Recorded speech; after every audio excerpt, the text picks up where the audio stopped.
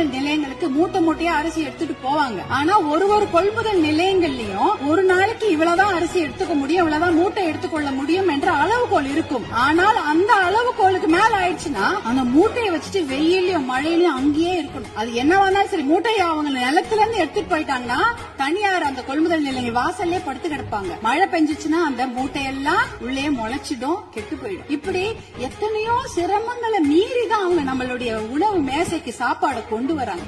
மாண்புமிகு பேரவைத் தலைவர்கள், உங்கள் வாயிலாக முதலமைச்சரை நாங்க கேட்டுக்கொள்வதுதான், உங்களுடைய அதிகாரிகள் சொல்லுவாங்க, ஐயோ நிதி சுமை, கடன் சுமை, கூடுதல் செலவினம் அப்படிலாம் சொல்லுவாங்க. ஆனா அதையெல்லாம் நீங்க அதையெல்லாம் ஒரு புறம் ஒதுக்கி வைத்து விட்டு அவர்களுக்கு முழு கடன் தள்ளுபடி செய்யணும். ஏற்கனவே 2000 கோடியா 6000 கோடியா உயர்த்திட்டீங்க, இன்னும் ஒரு 18,000 கோடியா அந்த கடன் தள்ளுபடி கூட்டுறவு கடன்களை மட்டும் தள்ளுபடி செய்யுங்க. ஏன்னா ஏற்கனவே அவங்க ஒரு வருஷத்துக்கு தான் தள்ளுபடி செய்திருக்கீங்க. அதற்கு முன்னால ஒரு 2 வருஷம் கடன் அவங்க வாங்கி வச்சிருக்காங்க. அந்த கடனையும் முழுமையாக தள்ளுபடி செய்தீர்கள் என்றால் அவங்க கண்டிப்பாக எத்தனையோ கடுமையாக உழைக்க தயாராக இருக்கிறார்கள். அவங்களுக்கு அந்த ஒரு ரெஸ்பெக்ட் நம்ம கொடுக்கணும், அவங்களுக்கு அந்த நிவாரணத்தை நாம் தர வேண்டும் என்று உங்களை எல்லாம் நாங்கள் அன்போடு கேட்டுக்கொள்கின்றேன்.